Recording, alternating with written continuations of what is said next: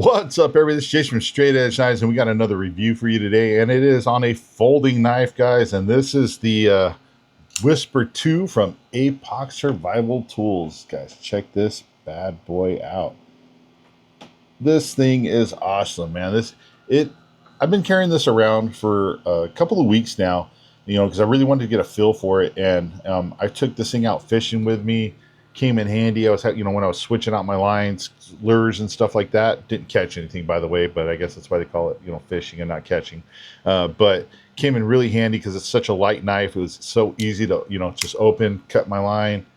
Look at that, almost closes by itself. You know what I mean? A really awesome knife. It feels good, and just the stylistic cues of the knife are just really awesome. Jason Breeden did a great job designing this whole Fallout series of knives for APOC Survival Tools. And if you guys hadn't seen, I already did a review on the Torrent. So if you guys look at the Torrent here, look at the Whisper. I mean, they're brothers, right? Obviously, you guys can see that.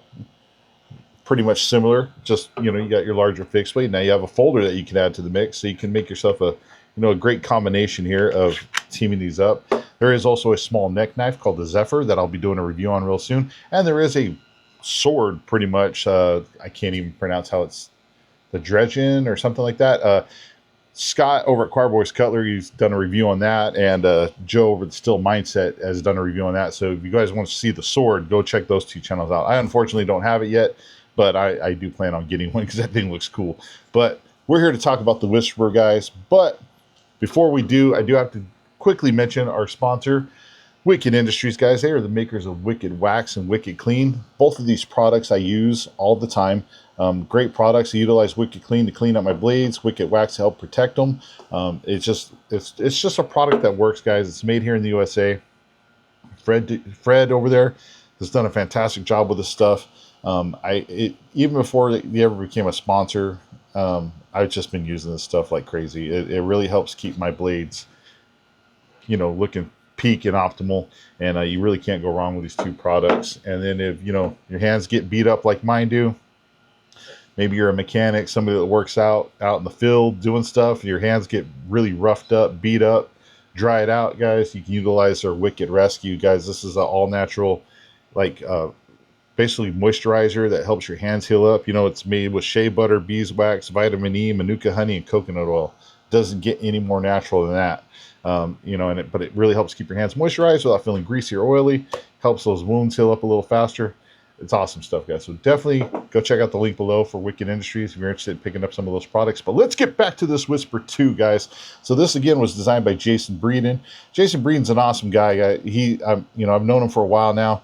He's designed for a lot of companies, and now, recently he's been getting in, doing some designs for APOC Survival Tools. Again, he did the Torrent, the Zephyr, the basically the sword. I can't say the name of that, the Dredgen or something like that.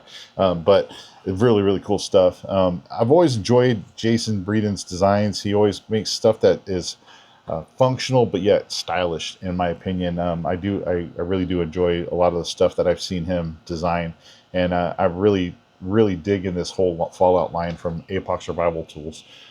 They make, I've done a few other reviews on some of the other APOC Survival Tool stuff, and I've been pretty impressed with their stuff so far, guys. I haven't had any issues with their products. They've held up. They've taken the beatings that I put my stuff through, and I think this is a good, really cool option of a folder to maybe add to your collection. It's just very, very nicely done. You guys can see that. It's a liner lock.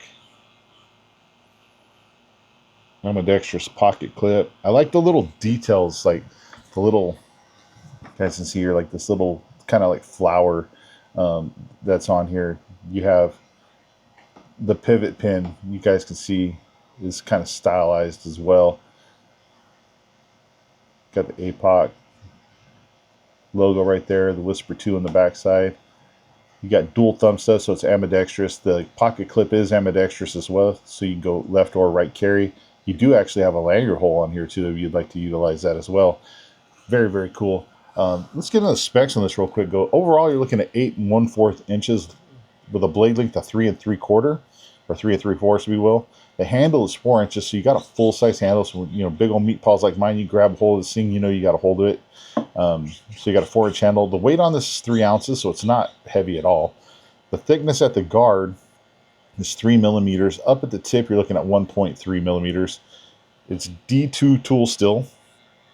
You have G10, red G10 liners, which is really cool because it pops underneath this black micarta. So they have this black micarta, which it kind of replicates the traditional Japanese ray skin style. I can't think of what they call that wrapping when they wrap the handle with the stingray and the cord. There's a word for it. I don't know how to say it right. I don't want to disrespect it. So, but if you know what it is, you know what it is, right? But they did a really good job of mimicking that style with some modern materials that are going to hold up very well, right, and not cost you an arm and a leg. There's a lot of katana influences that have been put into these blades, guys, in the whole series. So I really like it. It does have a liner lock, and it's running on cage ball bearings. And I'm telling you, this thing, look, it's just super smooth, flicks right open. I close it, look, it almost closes on its own. You can just, once you get it there, you just go, boom, drops right. I mean, the action on this thing is fantastic, guys. I mean, I'm by no means a folder expert. I do have, quite a few folders. I've done reviews on them, and the action on this is right up there with some of the nicer folders that I've reviewed, guys, for sure. So, I mean, it locks up nicely, closes nicely, flicks right open. You're getting really good engagement with that liner lock. You guys can see there. I mean, so it's dialed in. I'm not necessarily worried about that lock giving and closing on my hand. The left to right movement it's not there, and front to back. I mean, this thing is locked in solid, and it feels really good. And again, if you're left-handed, you got thumb studs for both sides. It flicks right open with your left as well. So they just did a fantastic job. And one of the things that kind of really dug about this was, if you look right up here at the top of the blade, you got your micarta handle scales. Well, they kind of stop, but then it continues on with the G10. You can see you get the liners that go all the way up. So it gives it like this little drop, which is, I don't know, it's cool. It's like very stylistic, and you can even kind of, if you wanted to, rest the corner of your thumb on there a little bit if you need to, or if you're going to pinch grip, you can actually pinch right up in there, lock your finger down on this, so you can kind of come in there and do some little finer work. And I tell you guys, this thing came out of the box with a really, really wicked edge. And it's just, again, this thing's been it's been a pleasure to carry this thing around the last couple of weeks. And like I said, take it out fishing and stuff. All the things I was doing with it out there, it worked really well, came in handy. And I just dig the overall look of this knife and the way it feels. I think they've done a good job with that. But guys, we're going to get over to the testing area. We're going to put this through some EDC stuff, guys. Again, it's a folding knife. It's not meant to be a batoner. It's not meant to be a chopper. So we're not going to be doing that type of stuff with it, guys. Let's face it. Be honest with yourselves. Folding knives are meant for just EDC tasks. They're not meant to be beaten on and, run through the ringer. You're not going to be stabbing this into stuff and prying, because you're going to break it. It's just, I don't care what brand of knife it is. There are some that are really designed to try to take some of that abuse, but like this isn't one of those knives. Most of your folding knives just aren't made for that type of stuff. So we are going to test this within its limits of what it's designed for, guys. And I think this is just a great accompanying knife for something like this. So, this is going to handle a lot of your smaller EDC stuff. And then you carry this bad boy around on you to handle your harder use stuff. That's realistically what you should be doing. What's that old saying? 2 is 1 and 1 is none. I try to keep that mentality when I'm carrying knives around. I typically have 2, if not 3 on me, just because they have different uses, different needs, right? Do I need to be pulling this bad boy out to do some light, box cutting? No, it might freak some people out. Who knows? Pull this out, do it. No big deal. Oh man, I really got to get into that piece of wood. And now we're getting the torn out and we're going to go to work. So, think of it that way. So it's use case scenarios. Sometimes people don't think about that. I'm starting to ramble. Let's get over the testing area. You guys aren't here for a lecture, right? Let's get over the testing area and see what this bad boy can do with some of the just kind of everyday, rope cutting tasks, hose, things like that, guys. So let's head on over there and check it out. All right, everybody, we're over at the testing area ready to put this bad boy to work, but let's give you a nice look at it in the sun here. Check that out. Bam. Again, it's just a very, very sleek and beautiful looking blade, guys. I really dig it. It's just got a really cool look to it. It's got this nice kind of sweep to it. So you're, wow, coming in like this. It's funny is if you get this katana, like you feel it. It's a pocket knife, but you feel like you're swinging a katana. It's just weird. Maybe it's just me. It probably is. I'm kind of weird sometimes, but I really dig it, guys. I think it's just a really cool, slick looking blade, and let's get to work with it. So on the back here, you don't necessarily. It's nicely rounded on the back here. This is something I should have pointed out at the table I was going to talk about. Nicely, you can see I got a two-tone satin finish. When you get right to about here, you actually do get a little bit of a 90-degree spine here. So we're going to see, can we strike a fire with that little, like let's say you're out and this is what you had on you. You had your fire rod. Can you utilize that tip to throw some sparks? Oh yeah, look at that. Not a problem.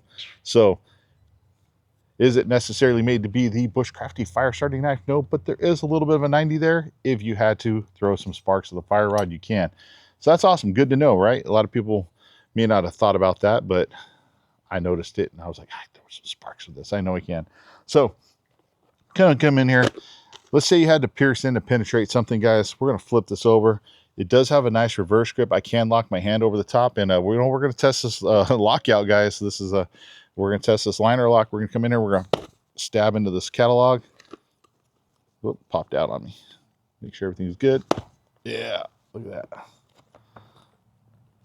Tip is right here. So we got about, let's say, a good halfway through the catalog. That's pretty good. Pretty good little penetration there. Tip is just poking out right there. Again, about halfway through the catalog. So you get some good penetration here with this tip, guys, for sure. And it does have a nice kind of triangular reinforced tip. I don't know if we can see that on the camera there. Yeah. But it does have a nice reinforced kind of tip on it, which is good to see. So if you had to come in, stab some catalogs, things like that, you definitely can. Here we got the old fire hose, guys. This stuff is cut and abrasion resistant, made to go through broken glass, fires, car wreckages, and stuff like that. We're going to see how we can cut through here, cut a piece of this off.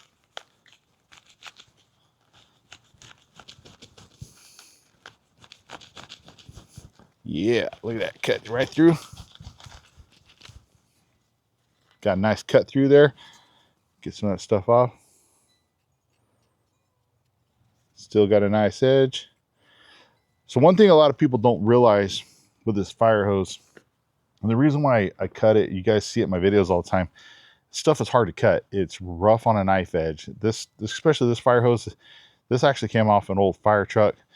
It's been through the dirt, the mud, and all that stuff. It's got grit and grime just dug into the fabric of the canvas. So when you're cutting through this stuff, it actually acts like kind of like a sandpaper almost to your knife edge, and it makes it a little difficult to cut through. Just the inherent nature of the fire hose is difficult to cut. Now throw that in there, and it you know, it's not the easiest thing on a knife. So that's why I like to utilize the fire hose, guys, to show you, to show kind of the edge on it. So just so you guys know, in case you're new to my channel. But here we got a pair of pants, guys. Oftentimes things happen. Somebody gets injured. You might have to remove some clothing to assess an injury. Are you going to be able to utilize this tip to pierce in, get into the clothing? Look at that, right in there. Not a problem. Actually pushed it all the way through. But you come in here, cut the pants off if you need to, shirt off, jacket, whatever it is you need to. You might need to cut your shirt up into make some bandages or something like that. Can you come in here and do it? Absolutely. Look at that. Cut through, nice, not a problem. You can utilize this for like piercing tasks and things like that. So here we have the old paracord. This is EDC stuff, guys. This is stuff that a lot of times you're going to be cutting paracord, you're going to be cutting rope, stuff like that. Just depending on what you do for a living. Come in here, you have to cut some paracord down to be able to tie some stuff off. Yeah, you're going to be able to do that without any issues. Here we have some sissy rope, guys. Now this sissy rope, if you've been watching my videos lately, I'm really not liking this stuff. This stuff is it's slick. It is slick, like it's got an oil on it, but it doesn't leave an oily residue on your hands. I'm tired of talking about it. This stuff is hard to cut because, again, it does act like an abrasive, but with whatever they put on this stuff too, it makes it, you know, hard to cut. It makes the blade just slide. But there you go. Cut through that sissy rope. Look at, see, look at how easy that just slides. It is the weirdest stuff. And it's like it slides off without even cutting. I don't know. I don't know what they put on that stuff, but it's a pain. So anyway, but you can cut through. You just got to put a little force into it. Here we have like this weird synthetic kind of cottony style little rope. Bam. Cut through that easy without any issues as well. Almost forgot to say. Got some zip ties here, guys. So my buddy Scott over at Choir Boys Cutlery, awesome dude. I kind of borrowed this test from him. What this mimics, basically, you know, zip ties are really tough, guys. Obviously, they're made to hold stuff together. I mean, a lot of people carry these around. They're so handy, but they're also, because they're so tough, sometimes they're hard to cut and they're hard to cut off. So what Scott does is he puts them around a piece of wood or something, an axe handle. And what we do is we come in here, we'll go underneath and just twist and pop that tie off. Now, this puts a lot of pressure on that tip and that part of that edge. And look at it, pop them right off. No tip damage, no edge damage, things ready to go. So it's nice to know that you know, you got to come in there, you got a zip tie that's super tight. You can get that tip under there and pop that zip tie off and not worry about damaging the tip or the, you know, the edge. Because again, the tip and the edge of the tip are the thinnest parts to me of the blade that are gonna, if they're gonna chip or break, that's always going to be the one spot it's going to probably happen. So that's why I think that's a good test. And thank you, Scott, for coming up with that one. We appreciate it, brother. So you got that.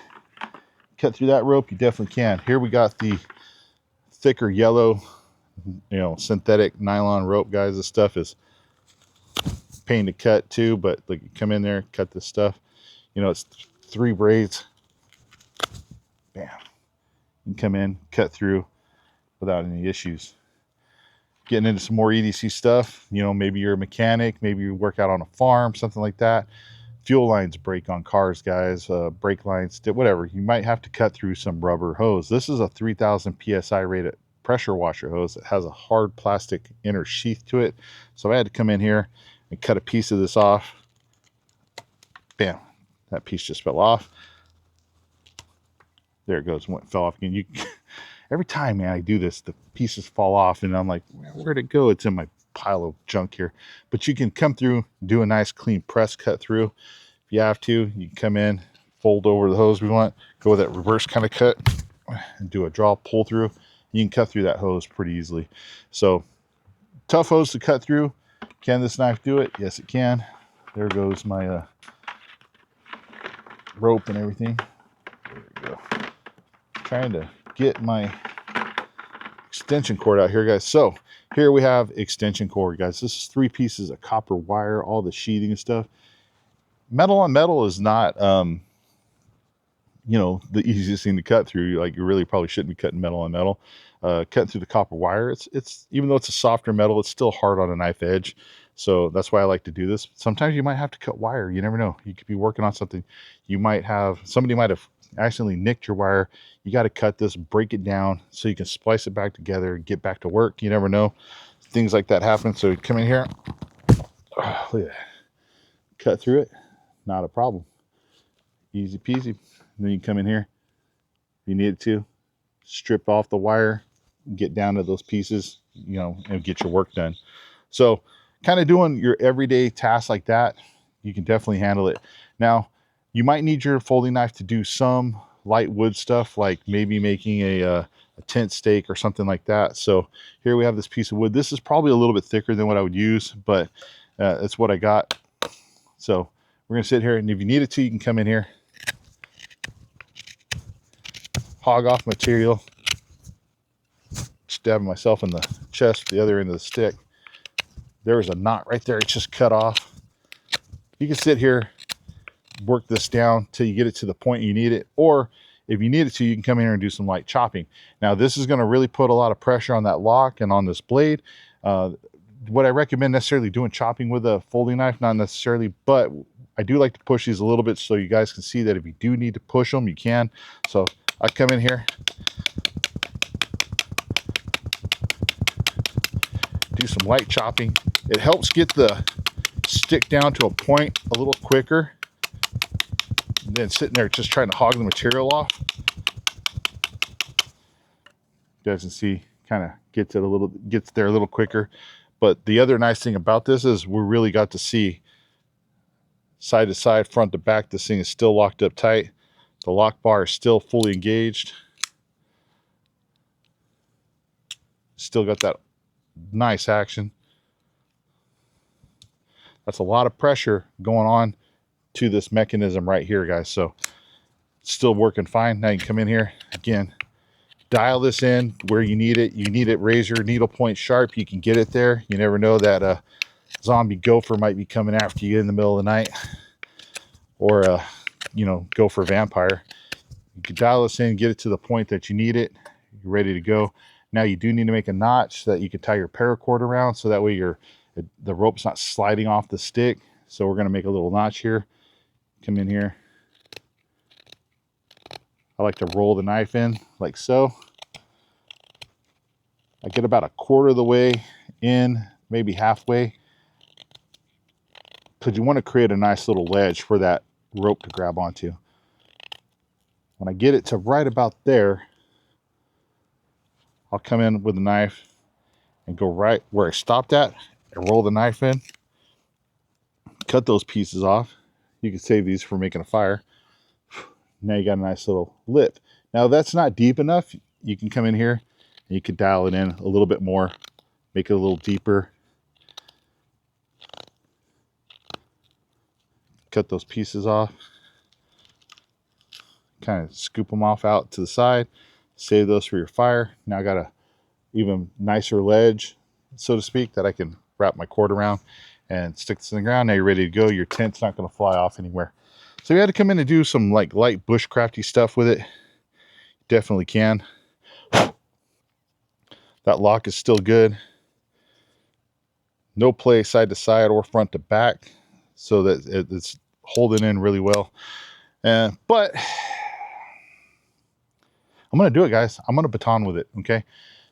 Probably shouldn't do it, but I'm going to do it because I like to press the knife a little hard. Now, be advised, this is considered abuse of a knife. I don't recommend you do this. Utilize your torrent or whatever other fixed blade you have. It'll handle it way better. But we're going to push this just a little bit, guys. Emergency situation. All you had on you was your Whisper 2. You just got to get down into that one little piece of wood to the dry stuff, to make sure so you can make some fire curls. Just get your fire going, guys. This isn't like you're going to be batoning for the whole weekend or anything like that. This is just the little emergency. Oh crap, I got to get in here and make something happen. So you're going to find a small stick, guys. You don't want to do nothing crazy, but we're going to come right here over the top. Guys, this is definitely going to be testing out the lock, and everything like that. You're not going to want to sit here and just go, wow, wham, just light taps. Get it going. Get it in there. Bam. Now I got it right there. Now I can come in here, get to that dry stuff. Let's check the mechanism before I do that. The lock is still fully engaged. Front to back, side to side, still nice and tight. Still opens and closes nicely. Now I can come in here. I'm at that dry wood. I can make those nice little fire curls. Well, I can't make fire curls, but get in here, get those fire curls going. Make your fire. I like to do them this way, guys. I'll stick I feel like I have more control over the wood and I don't cut my little fire curls off. But you guys see there, you can make some really nice kind of fine little curls. That way you can get your fire going. Is everything still straight? Yep. Still opens nicely. That lock fully engaged without any issues. So if you had to come in and do some, again, real light batoning, I'm not sitting here saying go ham wild and go buck wild, but come in here and do some.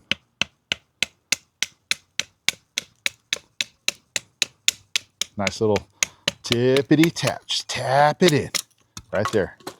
You could get to some dry wood if you needed to in an emergency situation. The lock is still good. Still opens and closes nicely. Awesome, man. See, that's cool. That's it. And I like doing this type of stuff for you guys so you don't have to.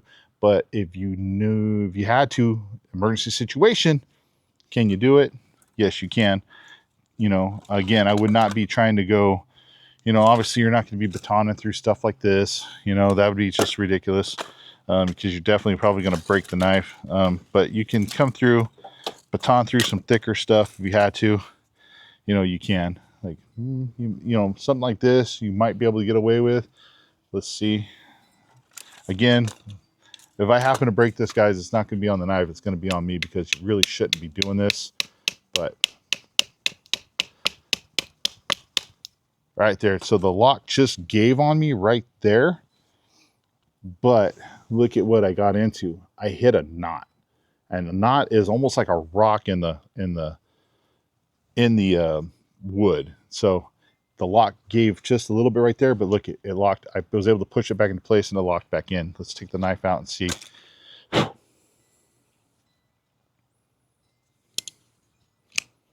Still opens and closes fine. The lock is still engaging. You guys can see there. Still engaging like it was. No issues.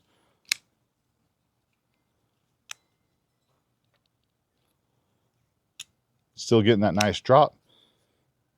Side to side, still good. And front to back, still good. So, having hit that knot and that lock gave a little bit, I'm not mad at it. I kind of expected it. It did it. But that, again, that's why I said you really shouldn't be batoning with your knife.